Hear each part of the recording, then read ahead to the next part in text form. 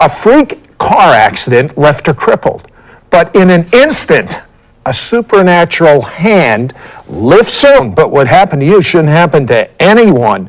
I mean, you're driving your car, and someone plows into you. How did this accident happen? This happened in July of 1983. I was minding my own business, driving a Toyota Corolla through a very busy intersection in New York City, actually in Queens. And I was proceeding through a green light, just about to shift into third gear, so I was going about 20 miles an hour, and a 79 Cadillac broadsided me. She was going about 80 miles an hour. What's the next thing you remembered? Well, I stayed awake during the entire episode, and she embedded my car on hers, and at the last instant, when she realized that she was about to hit me, except that she had already hit me, she tried steering away, and at this point, she plowed my car head-on into other traffic that was standing at the light on the other side of the street. So my car was like this, and then like that. And I stayed awake during the whole thing, sort of going in slow motion, and when the car stopped, it's not exactly like you see in the movies. There aren't people waiting in the wings to come out and take care of you and pull you out of the car. And this was at 5:20 in the afternoon. If you know anything about New York City, there's a lot happening at 5:20. Yeah, there's cabs and buses and trains and many, many people walking on the street. And it was as if time had stood still. The car stopped. I realized that I was probably dead because it felt like I had been ripped open. What happened is, at the time of impact, I got thrown forward and my body broke in half from my neck down over the steering wheel on the right side. And I was a bodybuilder at the time, so I was very aware of my body, and it sounded to me as if, and felt as if I had been ripped open. And I looked down expecting to see blood literally gushing from the front of my body. And when I looked down, I was wearing this very pretty yellow dress, and there was not a drop of blood on the dress. So I immediately thought, well, they must clean you up before you go to the next place, wherever the next place. You thought you were dead? Well, I thought I was. And by all rights, I heard two bones in my neck, crack. I felt everything on the right side of my body go. My arm got caught because it was down at the shift. And as the car collapsed, my arm got caught between the steering wheel and the dashboard. And when I looked down, my arm was the same size as my leg. These two fingers were hanging off. This finger was hanging off. It was not pretty. So now, when you say you thought you were going to the next place, out of curiosity, any idea where? Well, I didn't think I was such a bad person, so I thought I was going to heaven. And then I felt heat. And I looked up, and there was fire. And so I thought, well, maybe I'm not going to where I thought I was going. And I realized, no, this is fire. I'm still in the car, and nobody's coming to help me get out. So it wasn't hell, it was hell on earth. This car was on fire. Yes. And, you want to get out. You figure, you see so much TV, the flames are traveling. It's a little car. It's even smaller now than when I had originally gotten into it. And it's going to hit the gas tank, and the whole thing's going to explode, and I'm going to die afterwards. And it just didn't seem right that I should live through the hard part and then get blown up. So I was on a mission to get out of the car.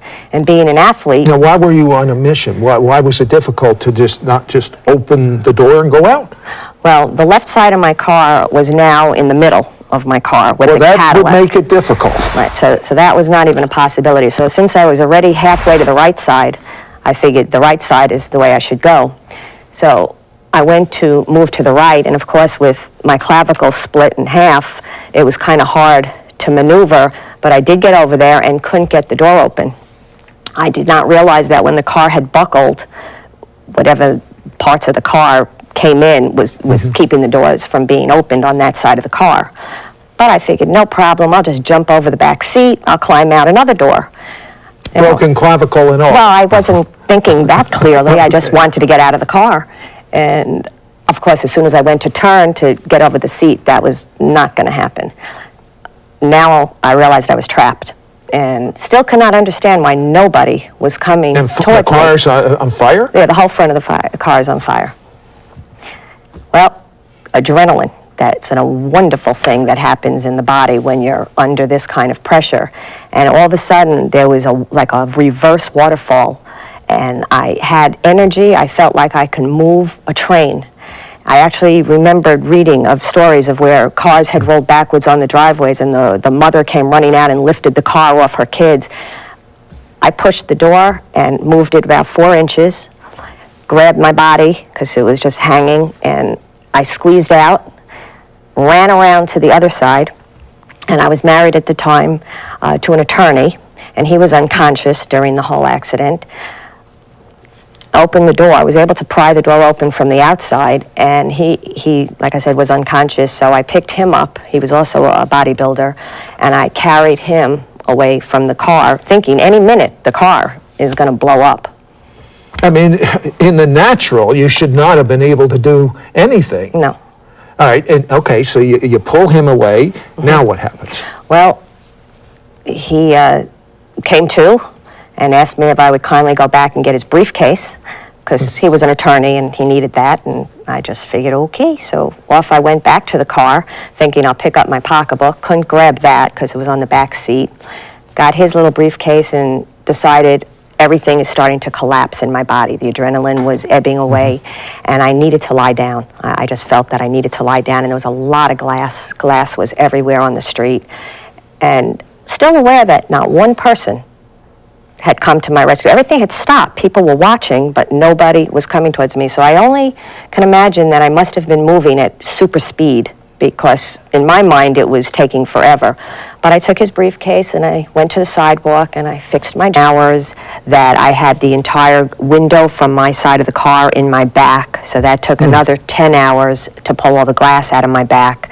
And after the 36 hours, when they became convinced I wasn't going to have a heart attack, they just threw me on a regular floor with a broken neck, all my ribs broken, a broken clavicle, the right arm useless, everything hooked up to the left arm, and they sent up the first meal, which was chicken on a bone. That was very exciting, and I realized it wasn't safe in this hospital. There was a team of doctors, all the heads of different departments, everybody arguing who was more important. One guy would come in and put something on me. The next one would come in and say, who put that on you? And I'm like, you're the doctors, I'm the patient. One of you figure it out. After 5 days of complete insanity, taking x-rays of the wrong side of my body, wrong medication, wrong everything, I got out of the hospital. It was now the weekend. I had to wait 2 more days and finally got to an orthopedic surgeon who examined me, took a few x-rays, and put a clavicular splint on me. And basically, that was the first glimmer of hope that I may even have some semblance of a normal body, because at this point, after a week, my shoulder had completely collapsed inside my body, and this whole half of my body basically didn't exist. It had just kind of caved in. And your body was very important to you. You were a bodybuilder. I was a bodybuilder, and I had spent the previous year building up to a competition which was supposed to take place 2 weeks after this accident, and I was supposed to do very well in this competition, and I just was so devastated that my body was disappearing right before my eyes, and there was nothing I could do. Besides the bodybuilding, I played tennis, I roller skated, I rode a bicycle, I was an athlete, and I was very, very angry that somebody had done this to me, and just didn't seem like I would ever, have a normal body again. What's all this paraphernalia here? Well, this is just some of the stuff that I had to endure during the recovery. When your neck is first broken, it's very swollen, so there's a thicker collar, and then as the swelling goes down, they get thinner, and then this was the last one, if I recall. I had a clavicular splint on for most of the first year, and then after that came off, I had a back brace which had steel bars all through it. There's 4 steel bars, and if you could see, I'm not really a huge person, and this thing would just dig in, and uncomfortable doesn't even come close to it. And I was horizontal for almost 2 years. Well, that sounds awful. Yes, you were an active person from what you tell me. Yes, this was depressing, just demoralizing. It was humiliating. I couldn't do anything by myself. I couldn't get out of the bed by myself. I couldn't shower myself. I could not do anything by myself. But I just have a pretty strong willpower, and I determined that one way or the other I was going to get out of this bed. And eventually, after about 2 years, I was able to get up And at that time, we discovered that I had lost all the cartilage in both knees. And I don't know if you've noticed, but it's kind of difficult to walk or do steps or do anything without cartilage. All right. I know the cane. I know what that's for. What is this? Well, when we discovered that I had no cartilage, the doctors decided they're going to put me in a wheelchair. Now, I had been in bed for 2 years. There was just no way I was getting in a wheelchair. So they fitted me for steel braces. You can now feel the weight of this baby. It's heavy. So what I had to do is I had to pop my kneecaps to the front of my foot, of my leg, so that I can slide these on. And they have nice hinges, so it helps you. Okay, so you have all this paraphernalia. By this point, you had gotten a divorce, and you decide, I know what I need. I need some sun and fun. I'm going to go to Florida. So she's laying out on the beach. She can't walk. No one knows this because she's just laying there. And a nice-looking guy says, let's go in the water. And what did you say to him? I said, no, thank you. I just do sand. I do sun. I don't do water because there was no way I can get to the water. I had put all of this stuff in a bag. So he turns out to be a masseuse. He starts giving you low-price massage. Why do you do low-price massages? That's his ministry. Really? Yeah. But I understand you got more than that. He started, as he's massaging you, what is coming out of his mouth? Everything about Jesus, everything you wanted to know and especially didn't care about. He just did not stop. So what's wrong with that? Well, I'm Jewish, and I really didn't think that I was supposed to hear any of this, and it didn't have anything to do with my life. So why'd you keep going back to him? Well, he was a really good massage therapist, and I would go to sleep, figuring he'd just stop talking. And I would sleep, and I'd wake up, and he was still talking.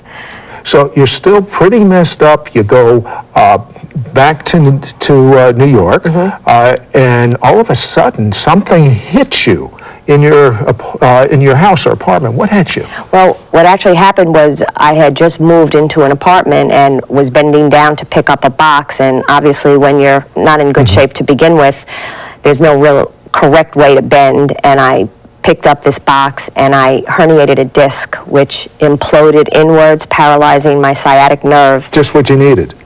Why not? I had the left side, so now I have the right side is a mess. The left side is basically left me as a stroke victim. I could not lift this arm, the leg, my eye, everything on the left side of my body was destroyed. Now, you were in that condition for, what was it, a few weeks till your parents came? Right, I was in and out of consciousness for about 2 weeks. I had just moved to this apartment, no phone yet. By yourself? By myself. It must have been awful. It was horrendous. It was frightening. I remember cutting off all my hair because it had gotten so matted and knotted from the delirium that I was in. I don't remember eating. I don't remember much of anything except periodically waking up and wondering where I was and why nobody was looking for me, and I couldn't move. There was just no way for me to move. So your parents came in, found you, Yes. rehabilitated you a little, but you're... No? No. No? No. No? Why? They determined that I needed surgery, and I determined that the theory I had developed during the first time in the hospital was that the reason they called practicing medicine in your neck, the way the bones healed, they healed straight, so there was constant pressure. The clavicle came together. It took months and months for it to come together, but my shoulder healed, slanted down. The ribs came together. These two fingers never recovered. They had permanent nerve damage in them. The cartilage in my both knees were gone, so I wasn't able to walk without the braces and canes. After the herniated disc, this side was basically useless. It was just like not having a left-hand side. I had bursitis and arthritis in every joint. That's enough. So you leave New York, you go to Florida. I mean, that's enough. You go to, you're going to get me depressed. I'm sorry. You go to Florida. What happened next? I got to Florida and I met another person that God put into my path, and his name was Peter.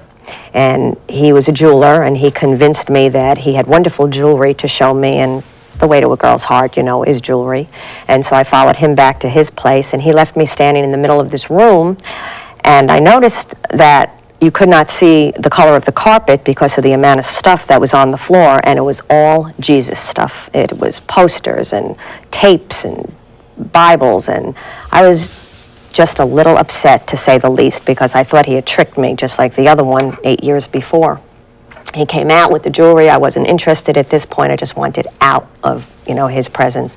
I said, look, I don't know what all this stuff is, but I'm not interested. I got this other maniac that's been talking to me for 8 years. I'm not interested in Jesus. I'm Jewish. I'm in a lot of pain. Go away. And as I was limping towards the door to get out of there, it occurred to me that I didn't have enough information to be this angry. And That's an amazing thought. well, I did go to college, so I figured... Still an amazing thought. So what did you do? I asked him for what he had read, and then my plan was I would read it and explain to him where he's gone astray, because I'm convinced that they're all crazy. And so he handed me a Bible, and it was a very basic Bible, no special writing, no concordance or any, special information. It was just Genesis to Revelation, 948 pages. I figured I'd read it like a novel and be back to him in a week. A week? A week. I read a lot of books while I was crippled. So, you're laying in bed for 2 years, you read a lot. And so 948 pages was like a week's worth of reading. Well, I was reading, and it was interesting, but it wasn't doing anything for my pain. And then one night, Peter invited me, after he told me he wasn't going to date me, now he invites me for a date. It was a trick to get me to this church. And I said, church? I'm Jewish. I don't even go to the temple. Why would I ever go to a church? And he said, it's a date. So I was desperate, so I went. And when we pulled up to this building, I saw hundreds of people literally being sucked into the side of the building. I was positive it was a cult. I thought there was some kind of tractor beam on the side of the building. If you got anywhere near the parking lot, they just get you in there. And I wasn't going to park in the parking lot, so we parked outside, and I limped in. And there was very young people there, huge amounts of people. Everybody had a lot of hair, very big hair in this church. And he sat me down next to a guy who had long blonde hair and was leaning over. And he had this denim jacket on. And on the back of the denim jacket was the biggest Jewish star. It had to be about this big. And in the points, the 6 points, there were pink sequined crosses. And then Jesus written in pink.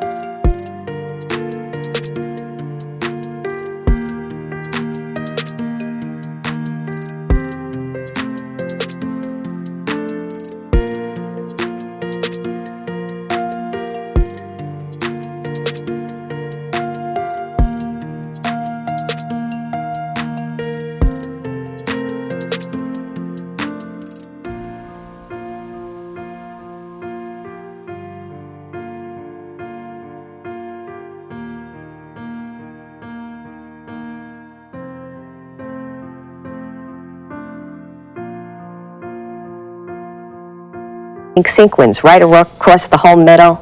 That was it for me. I thought I was going to just lose my mind.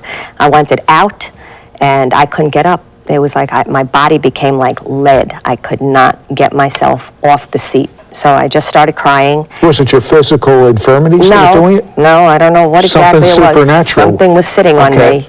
And I didn't hear the music. I didn't hear the message. I just wanted out of this place so badly. You have no idea.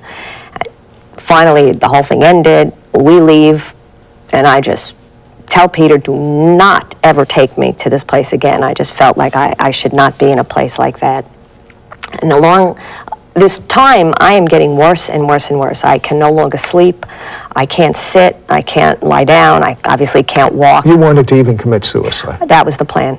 Okay, what happened? Well, I made a plan to kill myself. I picked the date. And I had my gun out. I was saying goodbyes to people in my head. And I realized